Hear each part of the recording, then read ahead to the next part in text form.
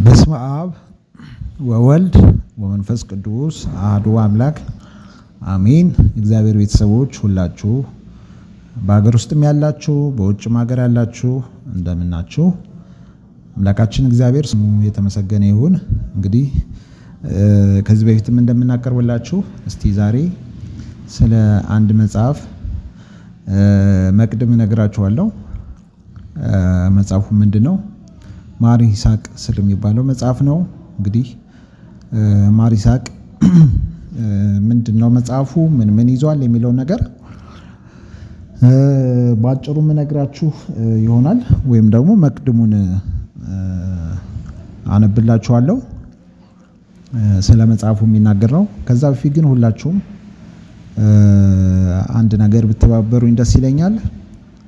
ሰብስክራይብ፣ ላይክ፣ ኮመንት ብታረጉ ለኛም የተሻለ ስራ ለመስራት ለእናንተም ደግሞ እንደማገዝም እንደማበረታታትም ስለሚሆን ሰብስክራይብ ማድረግ፣ ላይክ ማድረግ፣ ኮመንት ማድረግ ምንም የሚጎዳ ነገር ስለሌለው ሁላችሁም ባካችሁን ብትተባበሩን እያልኩ በእግዚአብሔር ስም ጠይቃችኋለሁ።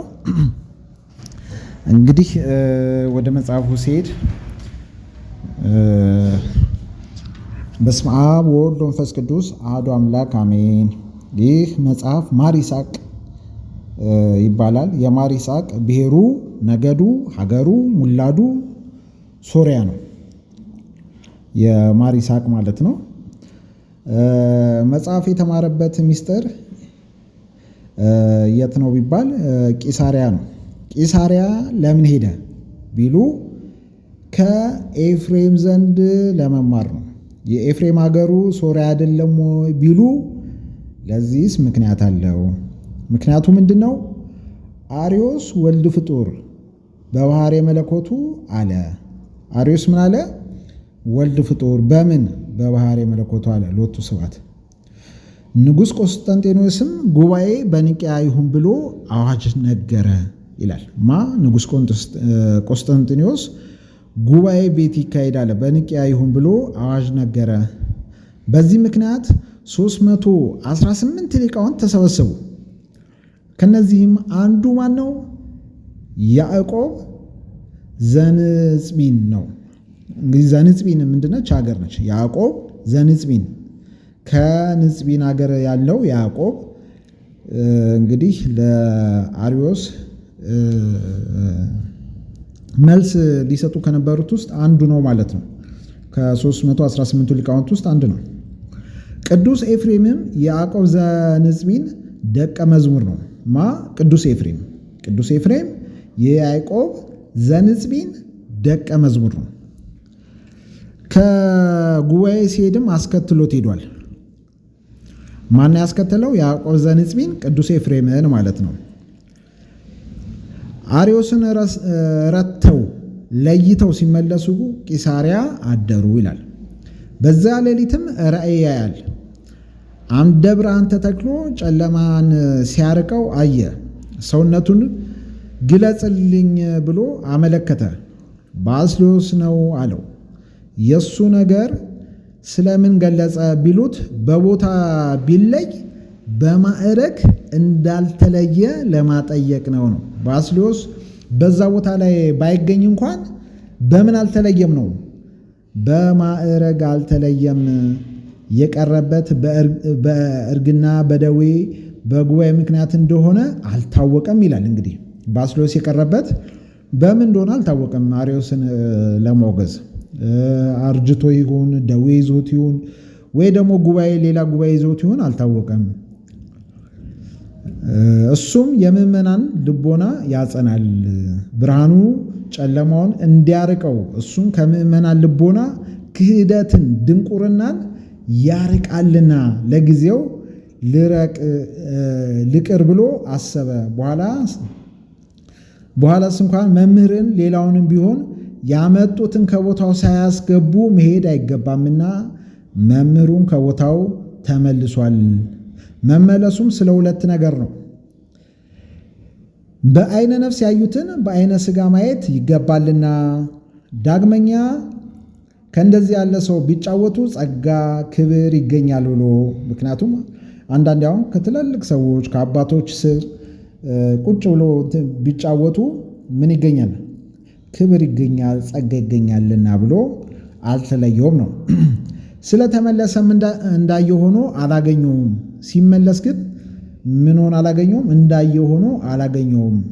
ኩፋር ለብሶ ኩፋር ጠምጥሞ ገበታ የወርቅ ወንጌል በወርቅ አትሮንስ አዘርግቶ ጉባኤ ሰርቶ ሲያስተምር አገኘው። ስለዚህ እንግዲህ እንዳሰበው ሆኖ አልተገኘለትም ማለት ነው። እሱ በወርቅ አትሮንስ በወርቅ ወንጌል ምናምን ሲያስተምር ነው ያገኘው። ምን ይላል? ወተሐዘቦ ልቡ ይላል። ወተሐዘቦ ልቡ ማለት በልቡ ታዘበው። እንዴት እንደዚህ ያደርጋል ነው እንግዲህ በወርቅ አትሮንስና በወርቅ ወንጌል እንዴት ያስተምራል ብሎ ወተሐዘቦ ልቡ ለኤፍሬም እንዲህ ልቦናው ተጠራጠረበት ይላል። እንግዲህ ይህ ሰውዬ ቅዱስ ባይሆን ይሆን ብሎ አሰበ ማለት ነው። እንግዲህ እስመ ውስጠ ምዕይንት ነፍስ ይተሐድር ጥበብ በውስተ ሥጋ ወይም ደግሞ በውኑ እንዲህ ያለ ሰው እግዚአብሔር በውኑ በእንዲህ ያለ ሰው እግዚአብሔር ታራለችን? በምኑና በትሑታኑ ታራለች እንጂ ማለት በምእመናኑና በመነኑትና በትሑታን ታራለች እንጂ በእንዲህ ያለች ነፍስ የእግዚአብሔር ጥበብ ታራለች ወይ ብሎ ልቡ ተጠራጠረበት ማለት ነው። እንግዲህ ብሎ አራት ነገር አይቶ እስኪረዳ መጀመሪያ ካፉ ነጸብራቅ እሳት እየወጣ ሕዝቡን ሲያዋሃዳቸው አየ ይላል። እንግዲህ እንደዛ የተጠራጠረበት ሰው ምንድን ነው ሲያስተምራቸው ሲያስረዳቸው ካፉ ነጸብራቅ እሳት እየወጣ ሕዝቡን ሲያዋሃዳቸው አየ ይላል መጀመሪያ። ሁለተኛ ርግብ በራሱ ላይ ተቀምጣበት አየ።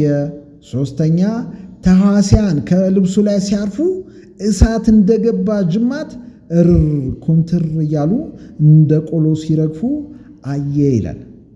አራተኛ ሰርሆተ ሕዝብ ወይም ደግሞ ሕዝቡን ካሰናበተ በኋላ ሰርሆተ ሕዝብ ካደረገ በኋላ ኤፍሬምን ጥሩ ብሎ አስጠራው ይላል። ኤፍሬምን ምን በሉ አለ? ጥሩ አለው። ቅዱስ ኤፍሬምን አያውቀውም ከዚህ በፊት። እሱም አስቀድሞ ካየሁት አሁን የሰማሁት ይበልጥ ስሜን አያውቅ አገሬን አይጠይቅ ብሎ አደነቀ አለ። ማነህ አላለውም። ከየት ነው የመጣኸው አላለም። ስም ማን ነው አላለውም። ነገር ግን ቅዱስ ኤፍሬምን አውቆት ነበር ይላል። በመጣም ጊዜ በአስተርጓሚ ሲጫወቱ ለምን ቋንቋቸው ይለያያልና በመጣም ጊዜ በአስተርጓሚ ሲጫወቱ ቋንቋ ይገለጽልኝ ዘንድ ወደ እግዚአብሔር ቢያመለክት የባስልዮስ ቋንቋ ጽር ነበረ፣ ለኤፍሬም ደግሞ ሱርስት ነበረ። ለባስልዮስ ተገልጾለት ለባስልዮስ ሲጫወቱ አደሩ ይላል። ስለዚህ እንግዲህ አባቶቻችን ሲገናኙ እንኳን የአንዱ ቋንቋ ሌላ ቋንቋ ከሆነ ባይግባቡ እንኳን እግዚአብሔር የዛኛውን ቋንቋ እንደሚገልጽላቸው ያሳየናል ማለት ነው። ከዛ በማግስቱ ምን አለ? አሰናብተኝ ልሂድ አለው። መቼ ልትሄድ መታሃል ብሎ ሕዝባዊ ነበረ ቢሉ ዲቁና ዲያቆን ነበረ ቢሉ ቅስና ሹሞ ባጸገቡ ሲያስተምር የሚኖር ሆኗልና መቼ ሄደ ቢሉ ማለት ነው። በዚህ ጊዜ ይስሐቅ ተወለደ። ይስሐቅ ማለት ማር ይስሐቅን የጻፈው ሰው ማለት ነው። በዚህ ጊዜ ይስሐቅ ተወለደ። ለትምህርት መጠንም ሲደርስ አባት እናቱ ከኤፍሬም ዘንድ ሰደዱት ይላል። እንግዲህ ቅዱስ ኤፍሬም ከአባ ባስልዮስ ጋር ነበረ። አባ ባስልዮስ ጋር ተጫውተዋል፣ ኖረዋል፣ ተምሯል። ድቁና ከነበረው ቅስና ተቀብሏል። ብቻ እንደዛ ነበረ። ስለዚህ ቅዱስ ማር ይስሐቅ ከተወለደ በኋላ ወደ ማዘንድ ላኩት፣ ወደ ቅዱስ ኤፍሬም ዘንድ ሰደዱት ይላል። ስለምን ቢሉ አጎቱ ነውና ተግቶ ነቅቶ ያስተምረዋል ብለው። ሕፃናትም ከእናት ከአባቱ ካልተለየ አይማርም። እንዲማር አንድም የተማረ ግብረ ገብ እንዲሆን ማለት ነው። አንድ ሕፃን አሁን በቤተ ክርስቲያናችን ይደረጋል። የአብነት ተማሪዎች ከእናትና ከአባቶቻቸው ተለይተው ሌላ ሀገር ሄደው እንዲማሩ ይደረጋል። ለምንድን ነው ቢሉ አንድ ሰው ከእናቱና ከአባቱ ጋር ሆኖ ቢማር ያው ለብዙ ነገር ልቡ ያደላልና ላይማር ይችላል ተብሎ በቤተ ክርስቲያናችን ስለሚታሰብ አንደኛው ወደ ቅዱስ ኤፍሬም ዘንድ ማር ይስሐቅ የሄደበት ምክንያት ምንድን ነው? ልቡን ሙሉ ለሙሉ ለትምህርቱ አድርጎ እንዲማር፣ ሁለተኛ ደግሞ ቅዱስ ኤፍሬም ማጎቱ ነበርና በደንብ ያስተምረዋል ብለው ወደ ቅዱስ ኤፍሬም ልከውታል ማለት ነው። እሱም ብሉይ እና ሐዲስ ተማረ፣ ስርዓተ ቤተ ክርስቲያንን አጸና። ከዚህ በኋላ አባት እናቱን የካህን ሙያ እንደተማረ አባትና እናቱ የካህን ሙያ እንደተማረ የጨዋ ሙያ ይማርልን ስደድልን ብለው ወደ ማላኩ ወደ ቅዱስ ኤፍሬም ላኩ ማለት ነው። ማር ይስሐቅን እንዲልኩለት። ምንድነው የካህን ሙያ? የካህን ሙያ እንግዲህ የአብነቱ ትምህርት ማለት ነው፣ ተምሯል ማለት ነው። ከዚህ በኋላ ደግሞ የጨዋ ሙያም ይባላል። አሁን ለምሳሌ እኛ የምናውቀው በዓለማዊ ነገር ሁሉ የምናውቀው ሙያ የጨዋ ሙያ ይባላል እና ግብረ ገብም ሁሉም ነገር የጨዋ ሙያ ነው የሚባለውና ያንን እንዲማር የጨዋ ደግሞ ሙያ ይማር፣ እስካሁን የካህን ሙያ ተምሯል ብለው ላክልን አሉት ይላል። ሲሄድ ሕሊና ሥጋዊ ሕሊና መንፈሳዊ ሰውነቱን እንደ ሜዳ አድርገው ይራወጹበት ጀመረ። ሕሊና ሥጋዊ የካህን ሙያ ተምሬ በላይ እንደሆንኩ የጨዋ ሙያ ተምሬ በላይ ሆናለሁ ማለት ነው። ይህ ትዕቢት ነው ብሎ በሕግ ጸንቼ ሥጋውን ደሙን ተቀብዬ ገንዘቤን አውጥቼ እኖራለሁ ማለት ነው። እንግዲህ አንዳንዴ ያው የዓለም ነገርም ደግሞ እንደሚያባባን እንደሚያታልለን እንደማለት ነው። ሕሊና መንፈሳዊ ዓለም እንደ ጥላ ያልፋል እንደ አበባ ይረግፋል ብሎ መተው ነው። ሕሊና መንፈሳዊ ዓለም እንደ ጥላ ያልፋል እንደ አበባ ይረግፋል ብሎ መተው ነው። አንድ ወገን በሕሊና ሥጋዊ ቆሞ ለሕሊና መንፈሳዊ አጋዥ ሆኖ ከዚህ ደርሼ ልምጣ ብሎ ዱር ለዱር ሄዶ ከአባ ብሎይ ገዳም ገባ። ስለዚህ ቅዱስ ኤፍሬም ቅዱስ ማር ይስሐቅ ከአባ ብሎይ ገዳም ገባ። 25 ዓመትም ረዳ። ባሬታ እያፈሰሰ አይነ ምድር እያበሰ አባ ብሎይ አረፈ። እሱም ባየውበት ቦታ ማንን ያለው ብሎ አናብርት አቃብርት ካሉበት ልምላሜ ዕፅ ነቅ ማይግ በሌለበት ሄደ። ከዛ ይህ ተገልጾለት በጽር ቋንቋ ጽፎታል። ከጽርም ወደ አረብ እንግዲህ በዚህ ሰዓት ነበር ማለት ነው ማር ይስሐቅ የተገለጠለት። ከጽር ወደ አረብ የሚመልሰው የሚል ሊቀ ጳጳስ ስምዖን ሚካኤል የሚባሉ ኤጲስቆጶሳት ይህም መጽሐፍማ ጥቅም እንዳለው አውቀው የሚመልስላቸው አጥተው ይኖሩ ነበረ።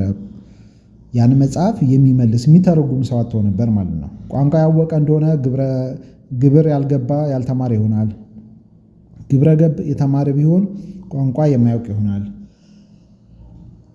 ኋላ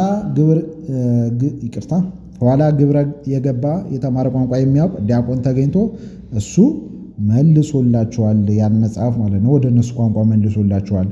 ወደኛ ምን ጊዜ መጥቷል ቢሉ ወደኛ ደግሞ ወደ ኢትዮጵያ ምን ጊዜ መጥቷል ቢሉ ፊልክስዮስ በአፄ ድልናድ ጊዜ ሰይፈ አርድ ይባላል። ሰይፈ አርድ እንግዲህ መልሶታል ይባላል። መላሹ ብርሃን አዜብ ንዑስ ሰላማ ግብረ ሕማማት ጨምሮ መልሶታል። አብሮ ከግብረ ሕማማት ጋር አብሮ መልሶታል ተብሎ ይጻፋል። ሌላው ደግሞ መላምት ምንድን ነው? አረጋዊ በአፄ ልብነ ድንግል ጊዜ መላሾቹ አቡነ ማርቆስ፣ ሚካኤል ግብፃዊ፣ እጨጌ ዕንባቆም መልሰውታል ይባላል። እነዚህ ሁሉ ማር ይስሐቅን ወደ ኢትዮጵያ የመለሱ ሰዎች ናቸው ተብሎ ይታሰባል ማለት ነው። ማር ይስሐቅ የተመለሰበት ጊዜ አልታወቀም። አንድም ሰሊግ ዘደብረ ሊባኖስ ይለዋል። የተድባበ ማርያም መነኩሴ በአፄ ገላውዴዎስ ጊዜ መልሰው የሚል ታሪክ ይገኛል። ፊልክስዮስም ታሪካቸው ይናገራል። አረጋዊ ጸጋቸው ማዕረጋቸው ማር ይስሐቅ ጾራቸውን ግብራቸውን ይናገራል ስለ አረጋዊ ማለት ነው። ስለዚህ ለዚህ መጽሐፍ 2 ርዕስት አለው። የኋላ ሰዎች ለዲያቆን ለማር ይስሐቅ አርዕስት ሰጥተውታል። የኋላ ሰዎች አፈወርቅ ዮሐንስ ለዮሐንስ ወንጌላዊ አንዱ እንደሰጡት ታሪክ ይገልጻል ማለት ነው። ስለነበረን ጊዜ እግዚአብሔር አምላካችን ስሙ የተመሰገነ ይሁን። እንግዲህ በሌላ ታሪክ የምንመለስ ይሆናል። እግዚአብሔር ይስጥልን፣ እግዚአብሔር አክብርልን ሁላችንን ማለት ነው።